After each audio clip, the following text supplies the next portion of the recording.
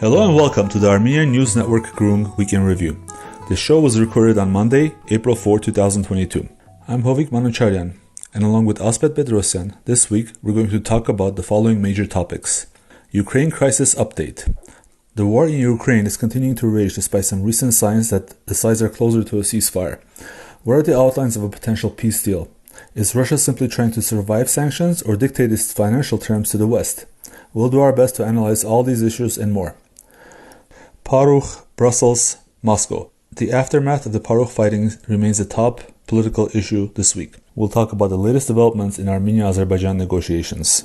To talk about these issues, we have with us Dr. Pietro Shakarian, who is a lecturer in history at the American University of Armenia in Yerevan. His research focuses on the history of Soviet Armenia and the Caucasus.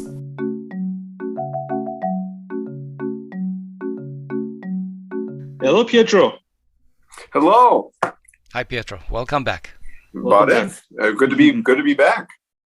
Well, the war in Ukraine is continuing to rage. Pietro, can you give us sort of the latest updates from Ukraine as you see it?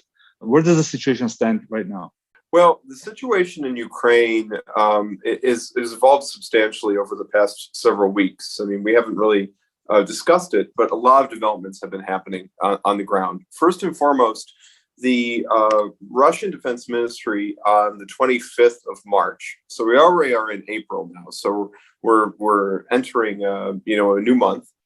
It had been we passed the 1 month anniversary of the start of the war on March 24th. So on March 25th, one day after that anniversary, basically the Russian Defense Ministry put out a statement saying, okay, well, we have accomplished our objectives in most parts of the country. Now we're going to focus our operation on Donbass, on liberating the parts of Donbass that we have not liberated. So basically they have now pretty much the entire, Luhansk or Lugansk Oblast under their control. And now they're focusing in on kind of the northern part of the Donetsk Oblast. And so they're kind of, finalizing the situation there, taking that over. They've, at this point, Mariupol basically has, fallen for all intents and purposes. There are some parts of the city where they're still fighting, but they've basically taken it. The Donbass rebels have set up kind of a city administration there. Now, at the same time, the Russian forces, as kind of a concession to the Ukrainian authorities, have pulled back in the north, away from the capital, Kyiv, but they've kept their forces in the south. And that's actually quite strategic for them. I mean, first of all, it provides a buffer to Crimea. It also basically provides a kind of land bridge to Mariupol. And also by occupying Kherson Oblast, that puts them in a very kind of favorable position vis-a-vis Odessa, the city of Odessa. So this is kind of where we are right now. They are still, they're still kind of on the outskirts of the city of Kharkov in the east. But basically, the Russian forces actually are succeeding quite well in their main objectives in this war. Let me ask a quick question. The reports that we read in the Western media generally say that the Russians are having a very difficult time making advances in Ukraine. Do you think this is the case, and why has it taken now about 5 weeks when most of the news was that the expectation by Russia was the war was going to be 1, maybe 2 weeks maximum? No, this is kind of whoever said that the war would be won in 2 weeks was, completely short-sighted. And they also didn't understand the dynamics of this operation unfolding, because basically, it's easy for the Russians to go through kind of countryside, take those kind of areas. But when they're dealing with cities, it's a different situation, especially because Putin in this operation gave very strict orders to his guys not to, or to minimize civilian casualties as much as possible. Now, that might sound kind of ridiculous to some of our listeners who have just been consuming news from major Western media outlets. But the reality is that the Russians have been, very, very careful at trying to avoid civilian casualties. So this has made the progress of the war slower, especially in these major cities. And especially, basically when we talk about Ukrainian forces, I said earlier on this podcast, and this is an extremely important point, the role of the regular Ukrainian army in these fights is actually quite minimal. The main forces that the Russians are engaged with are these far-right, neo-Nazi battalions, like especially the Azov battalions. So they're fighting with them in these cities.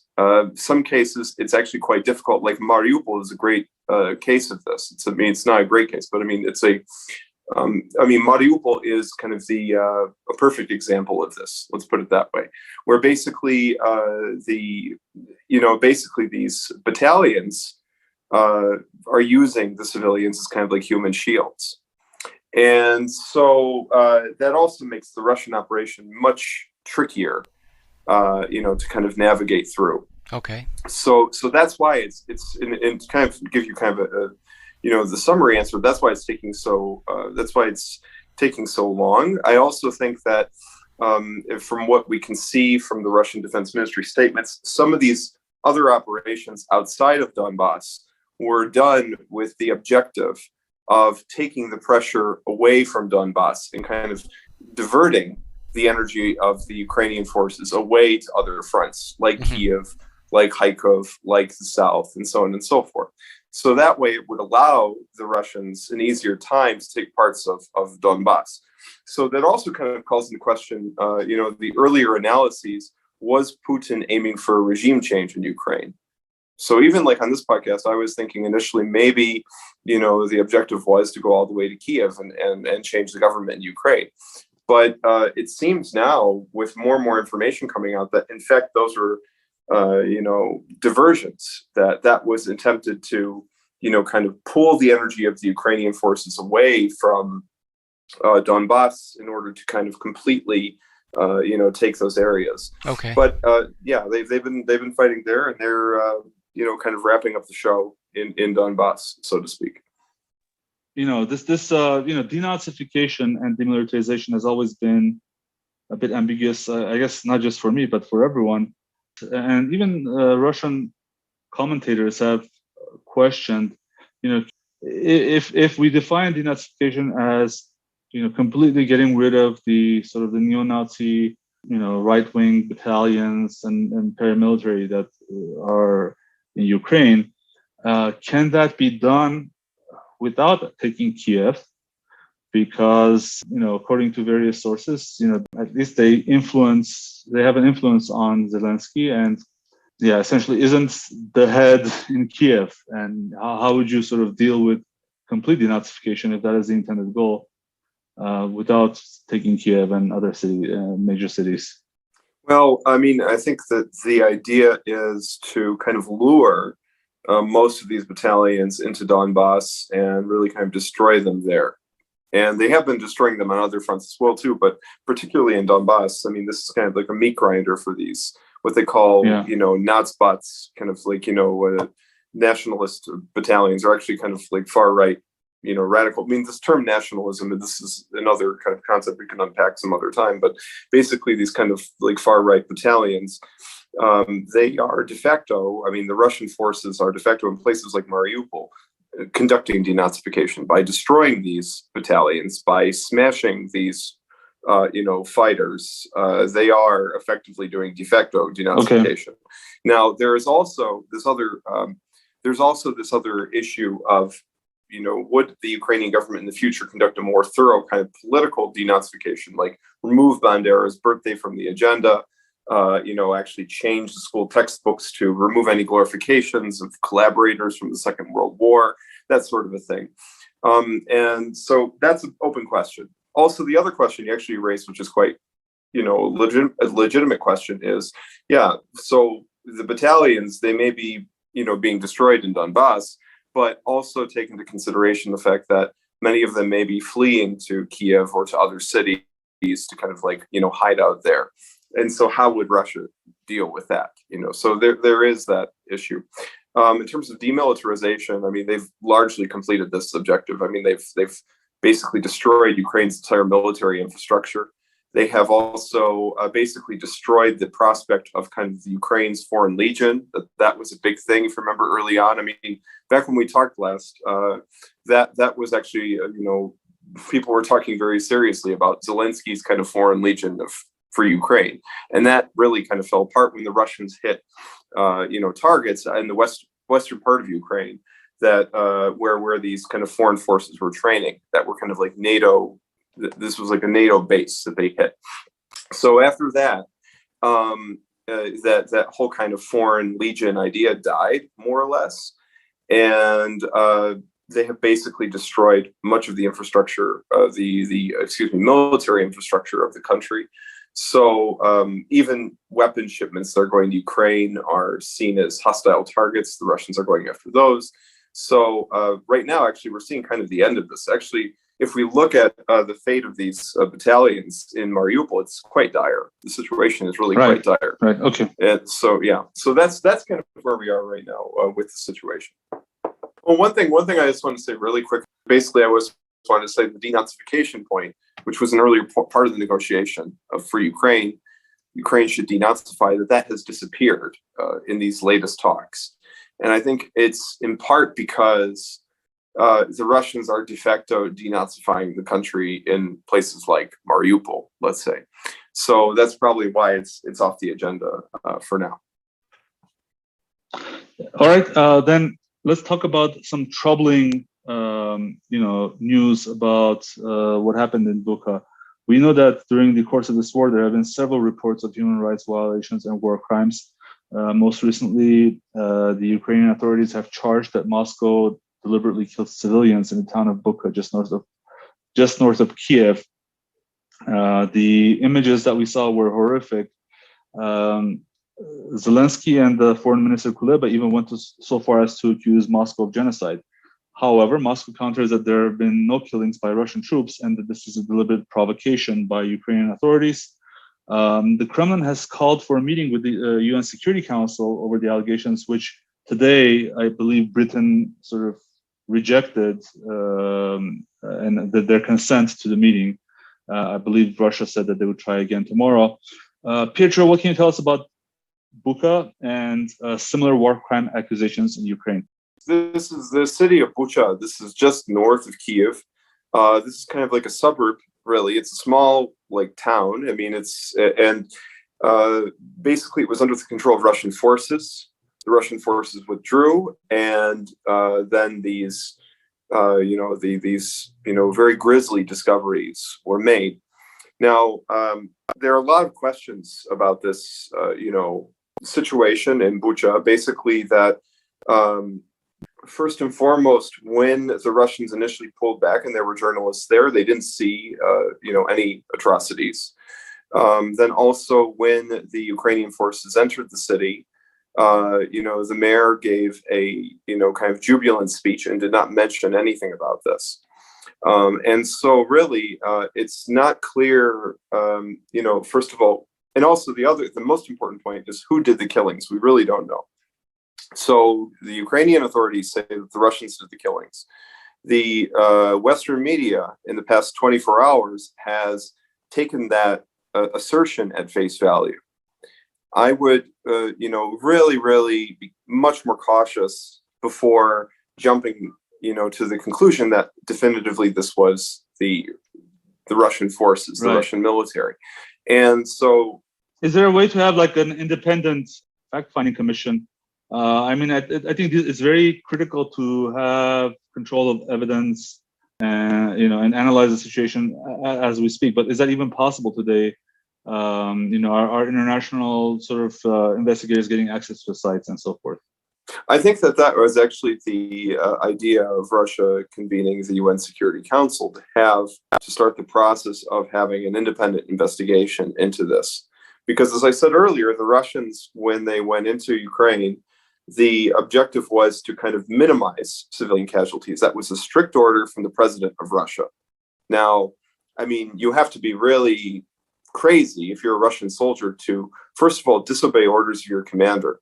And second of all, openly, disregard the orders of the supreme commander in chief, who is the president. That's Putin, Mr. Putin.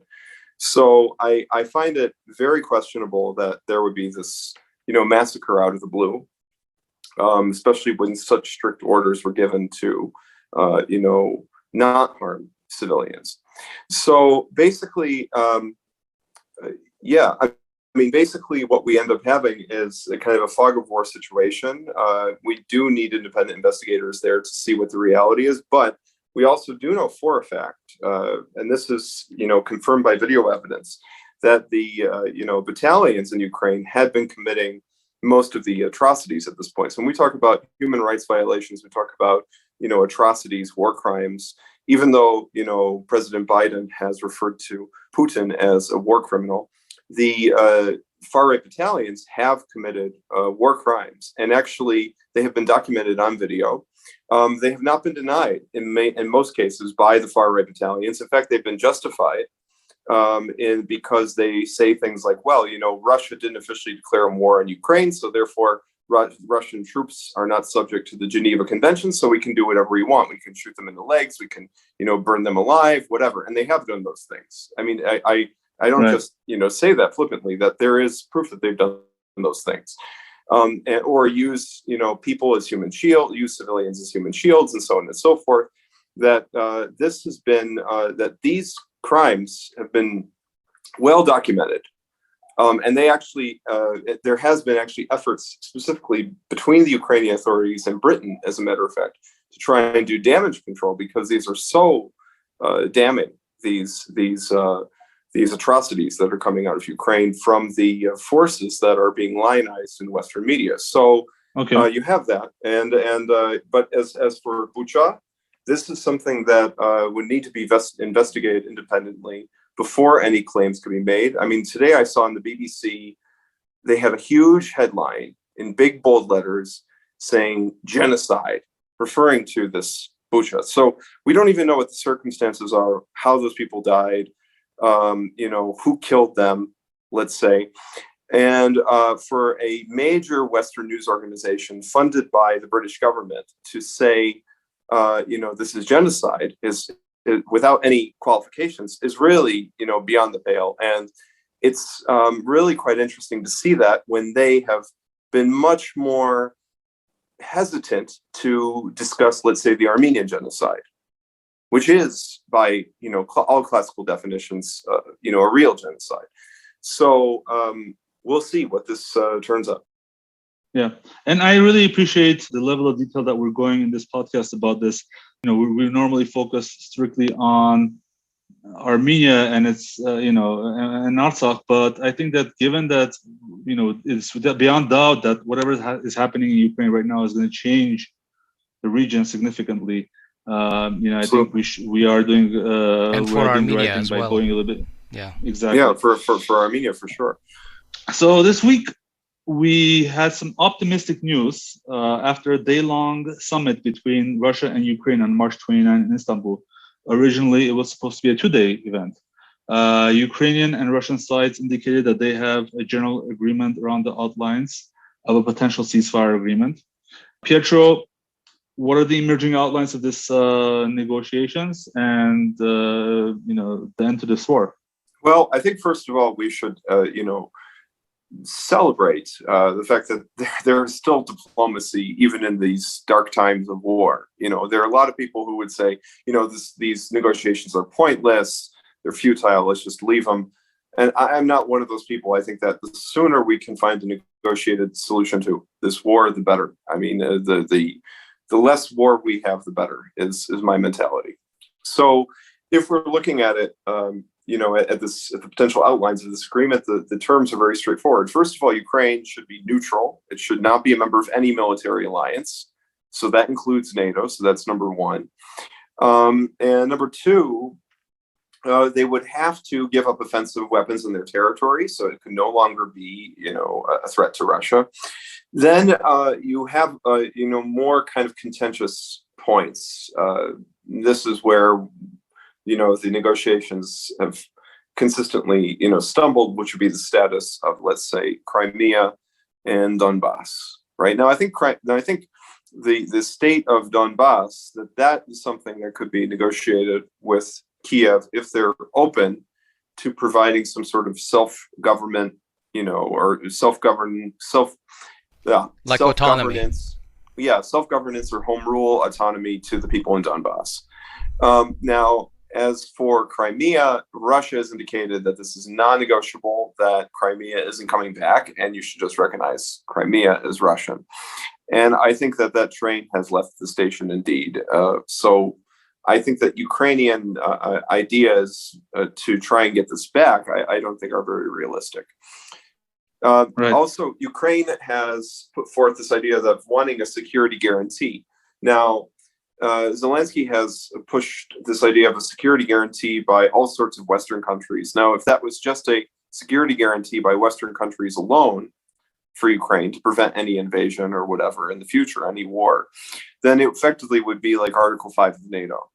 But if you have a security guarantee where you have China as a party to it and Russia as a party to it, then it becomes like an international security guarantee. And that way, that would be something that could fly. But that's very interesting because that puts China's foot inside Europe. Yeah, it does. Right? China has been. It has. Actually, as a result of this whole crisis, it has risen even more. It was already on the rise. Now it's risen even more. Although Pietro, I don't see Europe accepting China's involvement in this. The latest name that I saw mentioned was Italy, I think, right? Oh yeah, Italy has come forth. Yeah, Actually, and Italy, the interesting thing for me is that Italy's GDP is very similar to Russia, even though, of course, militarily they're not the same, but, they're economically, they're powerful. It was funny because, Zelensky, when he is not giving a speech to the Grammys, he was saying, Zelensky. So Zelensky was saying that, nobody has stepped forth to, provide a security guarantee for Ukraine. Well, that's not necessarily true because Italy has, actually, as a matter of fact. That's something that kind of was like, it was in the news and it was like a headline and then it disappeared, but it was there. I think it's also worthwhile to understand what security guarantees really mean. I mean, if it comes down to the matter of going into a nuclear war with Russia, would any state risk that? That's why it would have to be a security guarantee with both Russia and the West signing on to it. As a general, Ukraine, right. Yeah, as a general kind of a thing. And it wouldn't make sense to have a single country, especially a single country that's going to be a NATO member. How can you have Italy be involved as like signing an Article 5 with Ukraine? Because if you suddenly involve Italy, then you involve NATO in the war. Yeah, absolutely. Well, something else too. A major story came out. Kind of. This is kind of a tangent, but it's an important part of the history here that we're watching unfold before us. That there was a piece of news that was leaked to the Wall Street Journal that Schultz proposed to Zelensky on the 19th of February that you should renounce NATO, become a neutral country, and this will be good for the security infrastructure of Europe, right? So remember the lead up to this whole Ukrainian war. I was talking for weeks and weeks and weeks how there were divergent positions between, let's say, Western Europe. 5 days before the war started. Yeah. There were divergent positions between Western Europe and the Anglosphere, and so really, Schultz was expressing that the kind of Western European, continental European position to Zelensky, and basically saying, look, you should, forget about NATO, and you should be neutral, and everybody can live happily ever after in Europe, and we won't have a war, and everything will be okay. And Zelensky, basically just dismissed this. He said, you can't trust Putin. And, besides the US has my back and this and that. And in the end, we see where it got us. I mean, you have tens of thousands of people killed, right? You have, over 4 million refugees. And we didn't need to have that in order to get to the conclusion that Ukraine should be neutral, right? That was on the table beforehand. And Zelensky, if he was smart. Now, Zelensky, in all fairness, was under the pressure from, first of all, the far right in his country, and the Americans, and the American War Party, I should say, specifically. So he was really between a rock and a hard place. And now you see the result of it, unfortunately. Pietro, one of the bullet points in the coming out of the peace talks interested me really. I think it was mentioned that Russia may be agreeable to Ukraine, a future Ukraine that is part of the European Union, provided that it doesn't join any other military alliance like NATO. That, I think, severely conflicts with the Eurasianist school of thought that Ukraine should firmly belong in the sort of Eurasian economic and security sort of sphere, or at least economic sphere, and basically sort of this dream of bringing Ukraine into the EAEU, which would really, I think, make it a viable organization comparable to sort of other regional organizations. Right now, I think basically it's two different things, with and without Ukraine. Obviously, I mean, there's Dugin, but he's not the only one. So who argued this school of thought. And then we also heard that Medvedev walked this back a little bit, saying that, we don't think we're okay with Ukraine joining the European Union, but we don't think that will happen.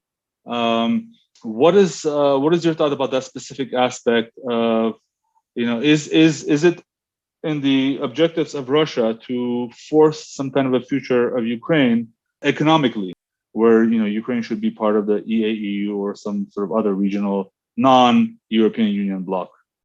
I think, first of all, number one, we have to look at the fact that there are many towers in the Kremlin. There are many different schools of thought. And really, Dugin is not as influential at all as many Western analysts, assume. First of all, he lost his job at Moscow State University during the first Ukraine war. So he is not like Putin's brain or kind of the Rasputin of contemporary Russia or whatever. I mean, this is somebody who is not terribly influential. But but he's not the only one. He's not the only. But I mean, in general, you have a point, because for Russia, it does matter that they would still maintain an economic, partnership with Ukraine. I mean, that they would benefit enormously from trade with Ukraine, and actually Ukraine would benefit enormously from trade with Russia and economic exchange with Russia. So I think that putting them in a completely different, economic bloc would kind of disrupt that. Ukraine, by right, should have the best of both worlds. It shouldn't, again, this is how we got to this point, really. It shouldn't be forced to choose between the EU and, let's say, Russia. It should have the access to both Europe and Russia. Also, when we talk about this, too, the other question is, would this be beneficial for the EU? All right, now, joining the EU is a process. There's a whole kind of, there's a whole series of steps you have to go through to become an EU member. Turkey, as we know, was in the process of joining the EU for many years, and now that's completely has failed for many years. And has failed for many years. But there is, as we know, a process for a country to join EU.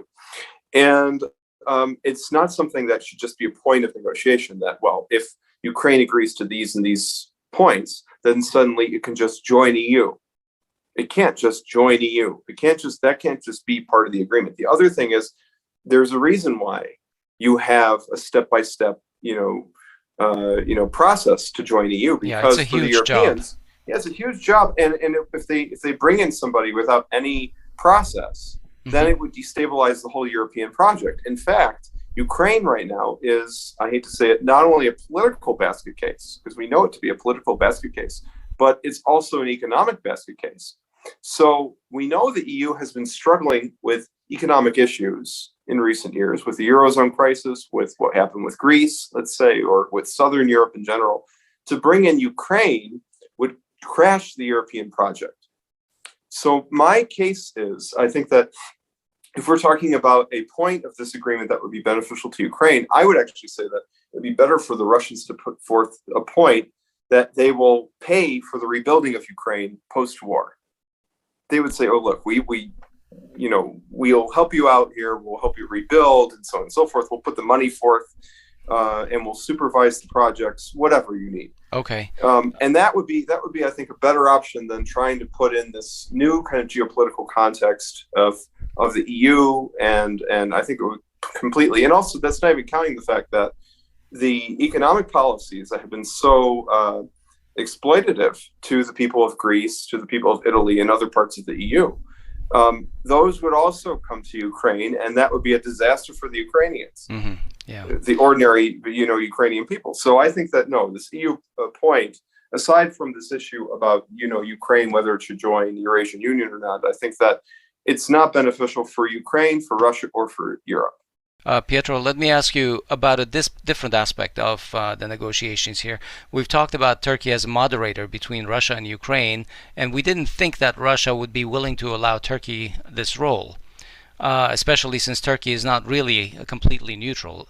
Really, it's been giving military cooperation, including sale of Bayraktars to Ukraine. That was Ukraine. criticized just today. The Russian ambassador in Turkey criticized those sales of Correct, Bayraktars to Ukraine. but so how come Turkey was able to slip into the role of a mediator, in fact, hosting a meeting between Russia and Ukraine? I think that the Russians did not, Turkey was not their first choice as a mediator. I think that, this was probably the idea of Zelensky, that Zelensky is known to be very close to Erdogan and actually Aliyev, frankly. If you remember in those early days of the war, he was proposing talks be held in Baku and Istanbul. He was proposing this idea that, we should have it in one of these two places. So the idea of Turkey as a mediator really came from the Ukrainian side. And it gained steam over time, in part, I think, also because the Russians looked to Turkey as a country that, even though it contradicted Russian interests in many places, including the Caucasus and Central Asia, that at least for now, it was being neutral enough that the Russians, they could talk to Erdogan, they could deal with Erdogan, versus, let's say the British or the Americans, certainly, or even the Western Europeans. Right. And they thought, we could kind of work with them. Yeah, the Turkish position, our friend and colleague Benjamin Boghosian has been calling positive neutrality towards Russia. Yes. So, and then the Russians appreciate that. They recognize that. On the other hand, there are still these major contradictions between, Russian interests and Turkish interests in the Middle East, in the post-Soviet space, most notably in Artsakh and in Armenia. I mean, if we are looking at what's most relevant for our region. And before we move off of Ukraine, the last point is energy. The major news this week related to that was that April 1st was a deadline for Russia's demand for payment for gas in rubles, or else Russia would basically shut off the valve. European countries argued that this would essentially result in busting of sanctions and also breach of contract. But given that Europe collectively relies on Russia for 40% of its gas, it is difficult to see what leverage they have here. We later learned that the actual device, so the device scheme was a little bit clever in that, the Europeans are supposed to transfer euros to a Russian bank account, then it's supposed to be converted into rubles and paid for gas. So essentially, both sides get what they want. Like, Europeans pay in euros, but then eventually it gets converted to rubles, and then they pay for the gas eventually in rubles. But I wanted to ask, some were speculating that this would be a major tectonic shift in terms of global finance. Does this scheme achieve the same kind of effect as simply sort of basically demanding payment directly in rubles? And are there other details that we should be aware of? What are your thoughts in general about this? Well, one of the issues that I've heard about is that there have been a number of Russian bond debts that have come due, Hovik. And there was a lot of doubt whether the Russians would be able to pay because of the sanctions and the freezing of their assets and everything. And all of those issues were straightened out. And you know why? Because when it comes to paying Western debtors, like the major investment firms and everything, Russia was basically able to say, well, the money is right there. It's in your central bank. They're frozen by your government. So we've authorized payments. So go ahead and take it. And those payments have been authorized. The issue for Russia is to pay the debtors inside Russia, and for which they need rubles, not foreign currencies. And so basically they want rubles. But also you have to think what else this does too. This increases the value of the ruble. And they're demanding the payment of the energy be in rubles. Absolutely. Gentlemen, my question though is more like, at a high level. Is this a mere matter of Russia trying to survive the sanctions and paying, and keeping its currency afloat? Or is this really Russia reasserting itself as a huge financial sort of powerhouse in the future for energy, at least? I think it's a bit of both. I think that the Russians are, asserting themselves as a major power, and they're also trying to overcome the sanctions. In other words, and I think in the process, they're also challenging the dominant position of the dollar.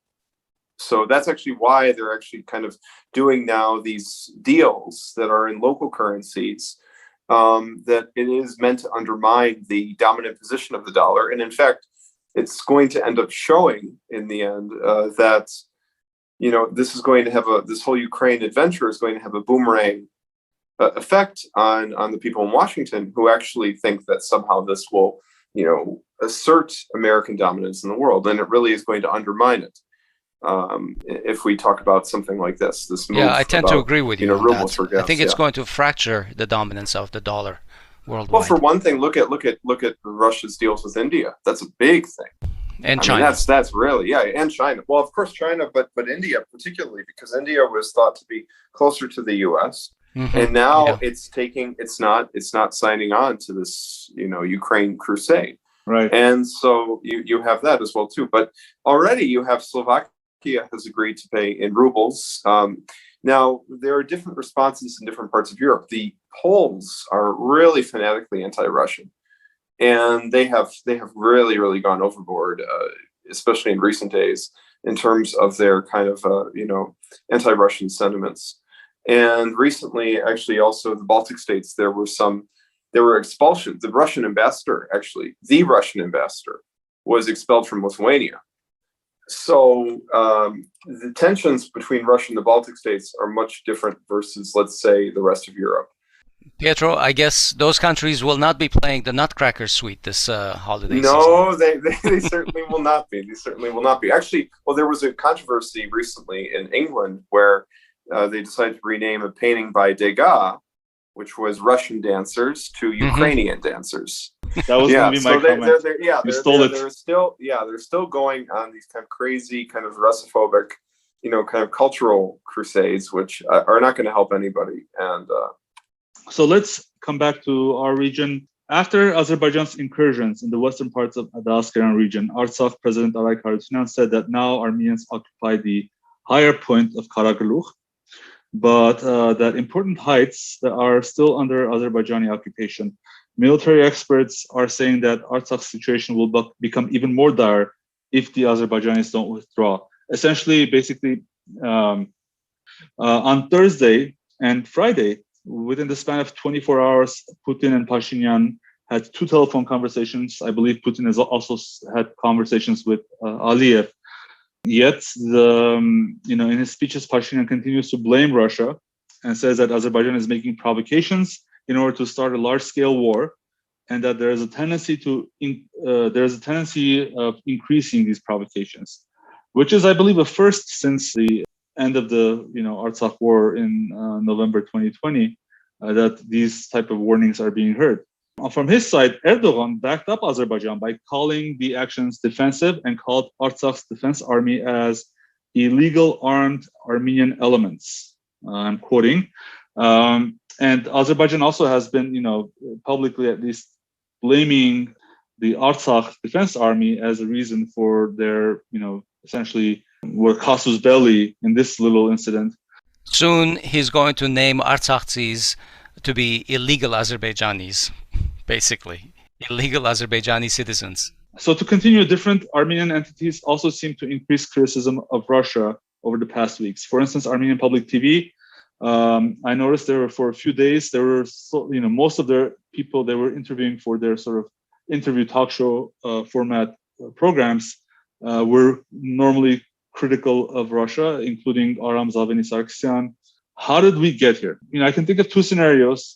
Either Armenian leadership and Azerbaijan came to an agreement behind Russia's back, and Russia is trying to sort of maneuver in this environment, or did Russia and Azerbaijan make a deal behind Armenia's back? No. Otherwise, how do you explain the status quo?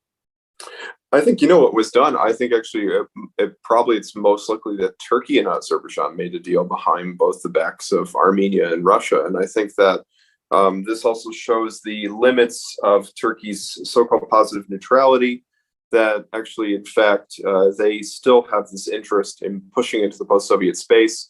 This also kind of corresponds with what we've seen coming from Kiev.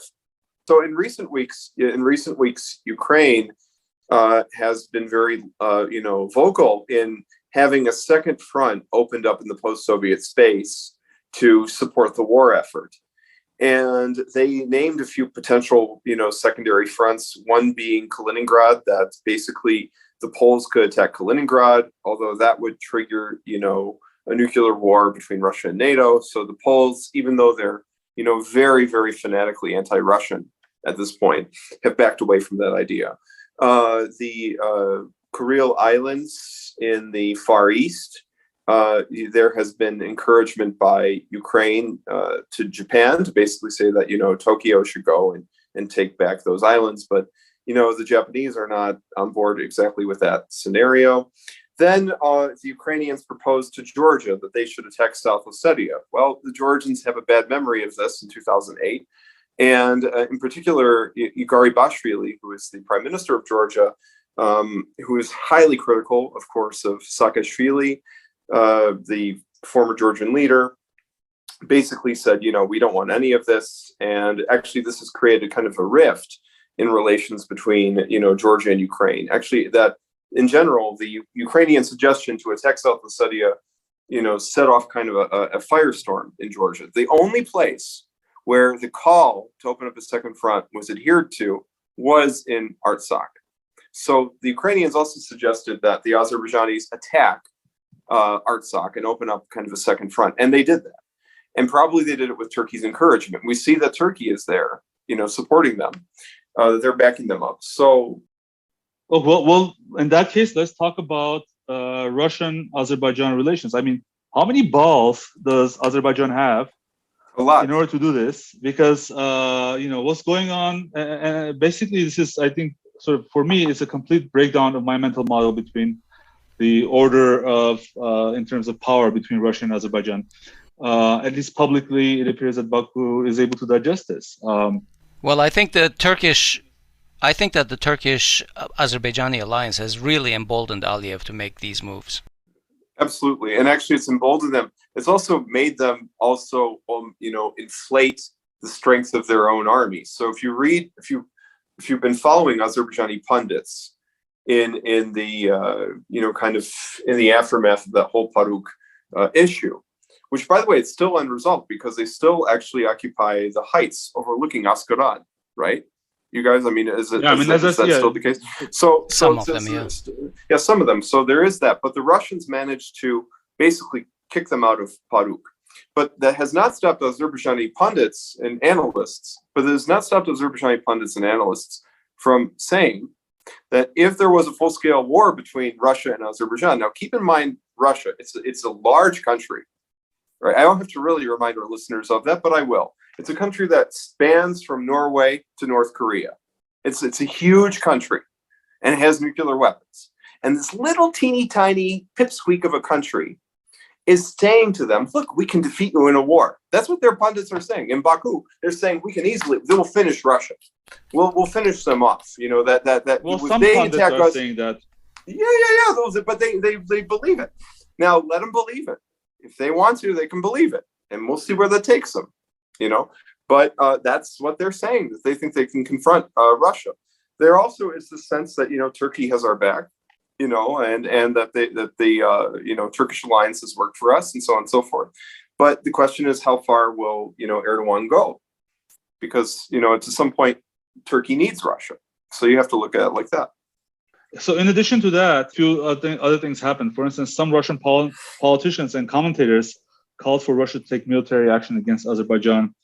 But then, which I think it was really embarrassing, like Peskov and even the parliament member who, made that call had to apologize. Some are saying that Russia never forgets these things. Oh, they don't. They don't forget. No, they don't. Yeah, Russia doesn't forget these things, but they also understand the necessity of being tactful. And they have interests down there in Artsakh. They want to strengthen their position in Artsakh eventually one day.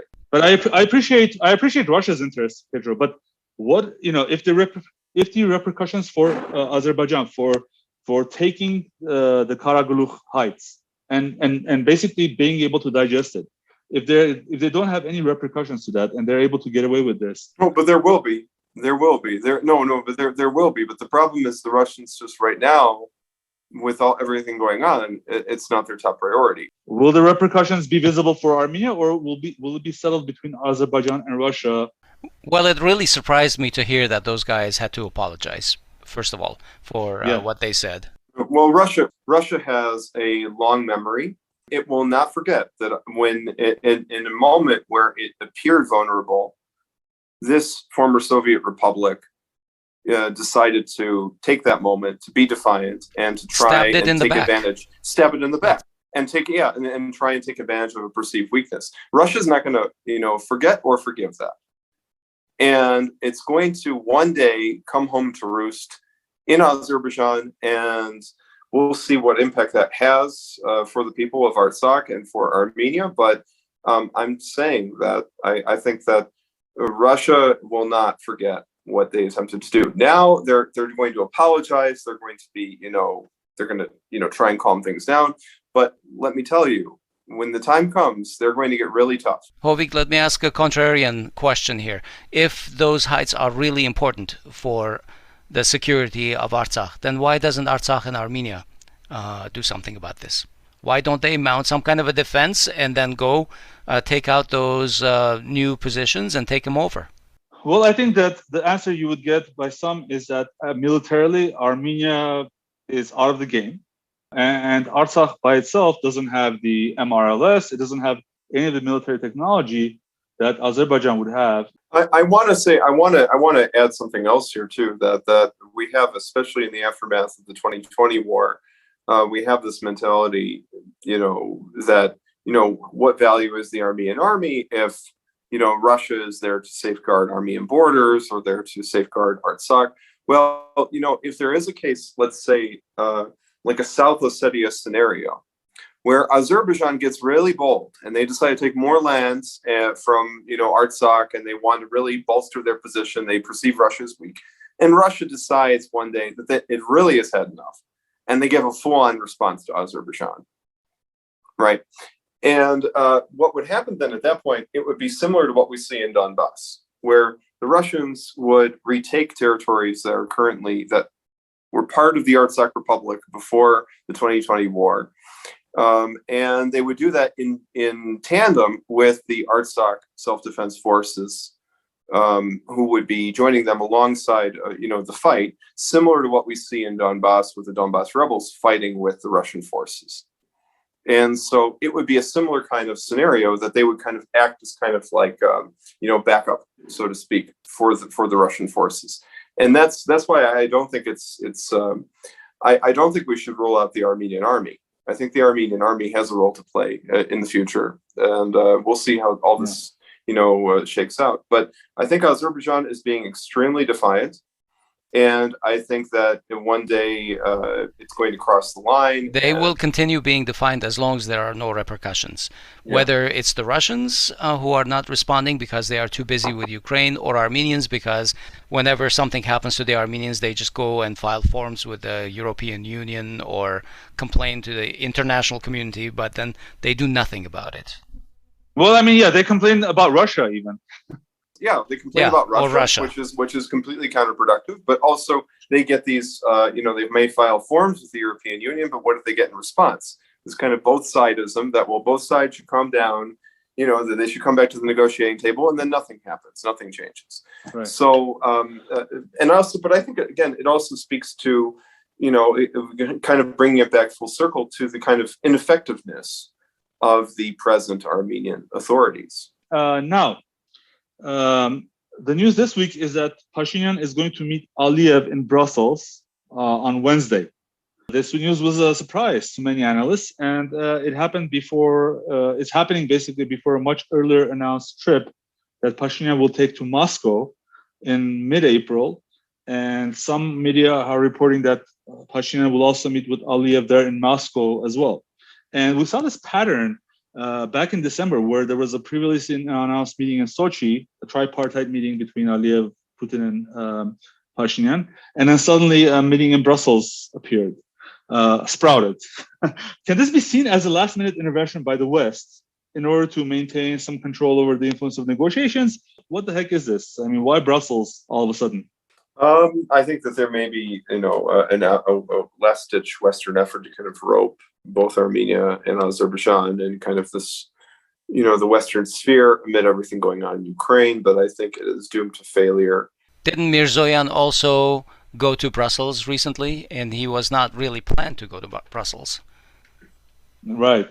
No, yeah. He sprouted up there too. At the NATO headquarters or something like that. I can't remember exactly what it was. And actually, NATO was in Armenia recently. They had some NATO inspectors in Armenia. And actually, I saw them. I was at Baguette Company near Vernissage, and there were American troops there.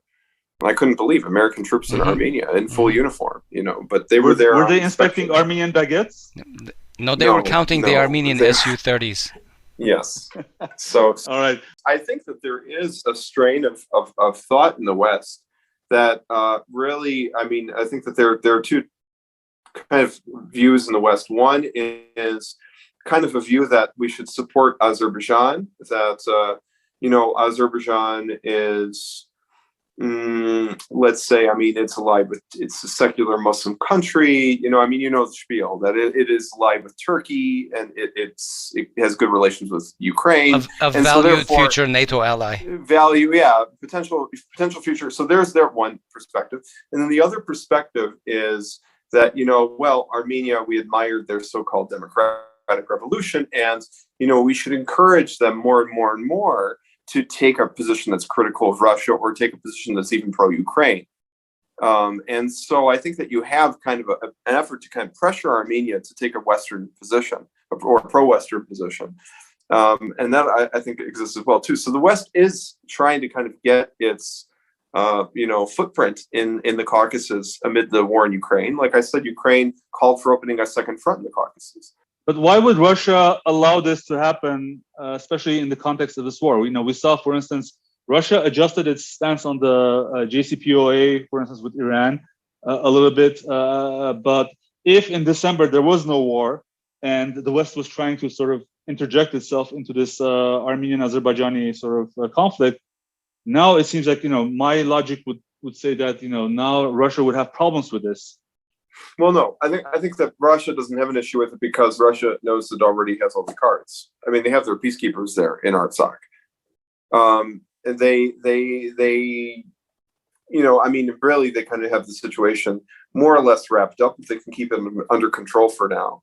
They would like to have a stronger position there, certainly, I would say, from the Russian point of view. But for now, the situation is relatively stable. They have it under control. And even if the West tries to get their nose into it, Russia knows that that's, very limited. What's actually much more concerning would be something like the West encouraging Azerbaijan to attack, Artsakh amid this time, or the West maybe using soft power to kind of put pressure on Armenian society to become, let's say, anti-Russian amid this period of time. Right. So or to become pro-Ukrainian even. So there is this. And I think actually that this whole discourse around those very, very minor rallies that took place in Armenia, whether they were pro or anti, Ukraine or whatever, really most Armenians were much more focused on the Artsakh issue, as we saw with Parukh. This is the big thing. But I think the fact that was made such a big cause célèbre, let's say, in Western-funded media outlets means that there was an effort to try and force Armenia to pick a side in this, and to kind of come down on the Western side, and to kind of pressure Armenia to take that position. So that would, I think, be a greater concern to Russia versus kind of the West trying to insert itself in the negotiations. I don't think I think that they understand that's not going to go anywhere. Okay. Speaking of rallies, the opposition will hold a protest on Tuesday. This is being recorded Monday night. And in a rare show of unity, the protest will be organized jointly by Bativ Unem and Hayastan, so both of the parliamentary opposition alliances. And it seems like like a protest before Pashinyan meets Aliyev is especially, I guess, obligatory, given Pashinyan's declared intention of signing a peace deal with Aliyev without any evidence of guarantees of status for Artsakh. outside of Azerbaijan, or even sort of some kind of a guarantee for rights of the Artsaktis. I just want to interject. There's also this idea that Pashinyan may be just okay with giving the people in Artsakh cultural rights under direct rule. Right, we saw that. Yeah, which is why I think that it would be imperative for the opposition to at least voice its discontent. But we all remember the fruitless protests that happened last year, especially following the events of February. So besides basically checking the checkboxes, the minimal checkboxes, what can the opposition accomplish? Are they able to do anything else besides just sort of, voice their discontent? Well, first and foremost, I think the best news out of all this has been the idea of opposition forces uniting. Armenians should understand something. Right. Really, this is quite important, that Armenian opposition forces, Armenians in general politically, have had a whole history of fighting among each other. You could even see that in the history of Artsakh, with the Meliks of Artsakh fighting with each other, right?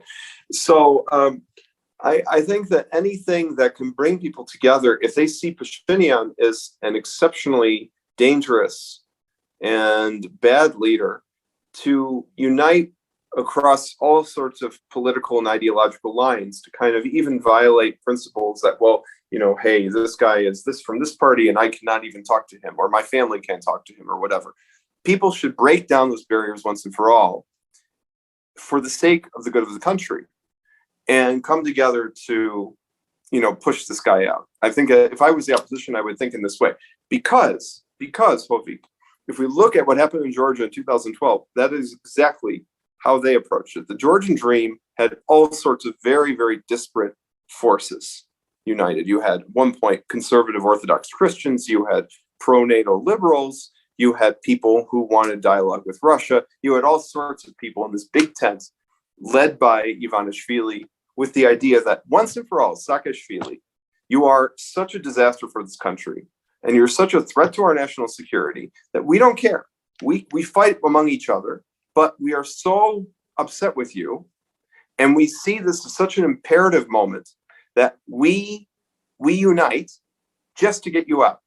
So the most positive news I gleaned from that question that you gave me was the fact that they are joining forces and coming together. We need to see more of that in Armenia, because otherwise this is not going to go anywhere. And it's going to lead to it's going to go somewhere bad.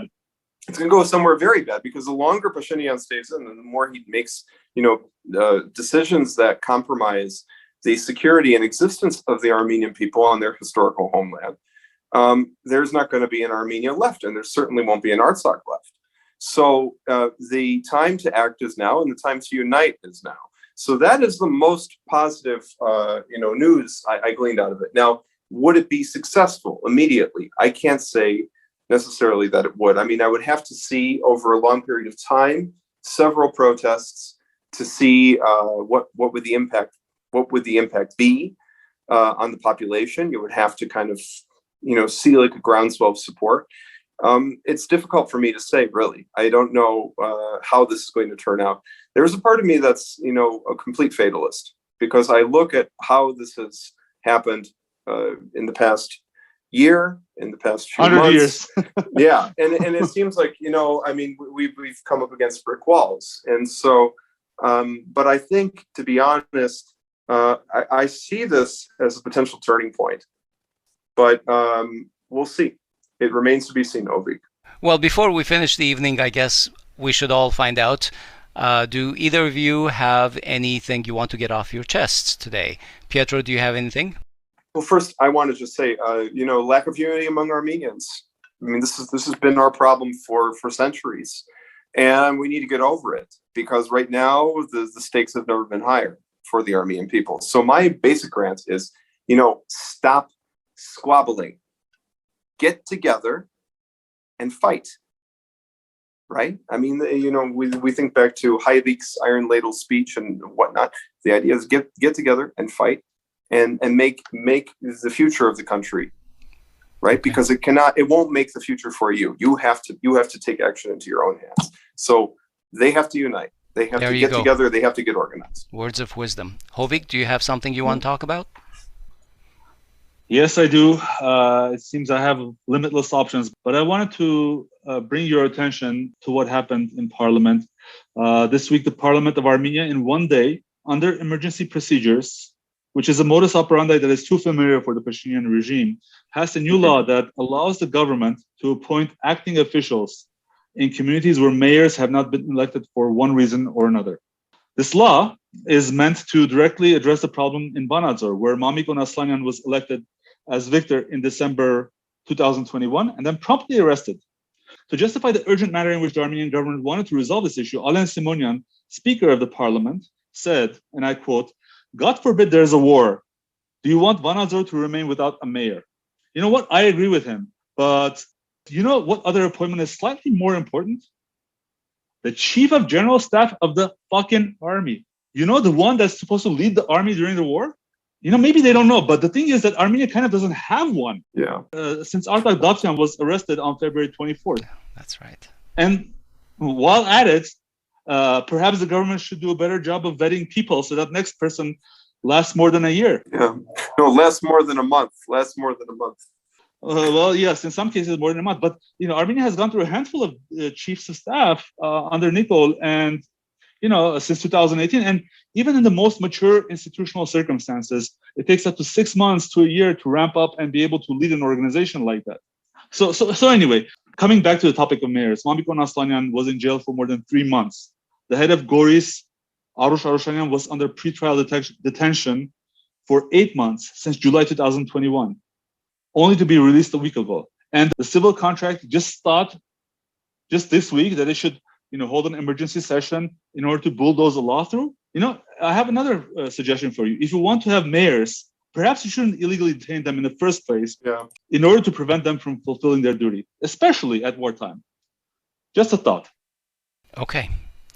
Well, all right. We'll leave it there today. Thank you both. Thank you, Pietro, for joining us. Thank you, Asbed.